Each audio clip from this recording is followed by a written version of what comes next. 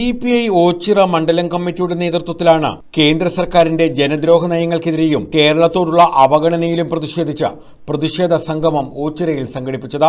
ഓച്ചിറ ടൗണിൽ സംഘടിപ്പിച്ച പ്രതിഷേധ സംഗമം CPI സംസ്ഥാന എക്സിക്യൂട്ടീവ് അംഗം മുല്ലക്കര രത്നാകരൻ ഉദ്ഘാടനം ചെയ്തു. ഭിന്നിപ്പിക്കൽ രാഷ്ട്രീയം ബോധപൂർവം രാജ്യത്ത് എല്ലായിടവും നടപ്പാക്കി രാഷ്ട്രീയ അസ്ഥിരതയുണ്ടാക്കി ഒന്നിച്ചു നിൽക്കാനുള്ള ജനങ്ങളുടെ അവകാശങ്ങളെ ഇല്ലാതാക്കിക്കൊണ്ടാണ് നരേന്ദ്രമോദി രാജ്യം ഭരിക്കുന്നതെന്ന് അദ്ദേഹം കുറ്റപ്പെടുത്തി.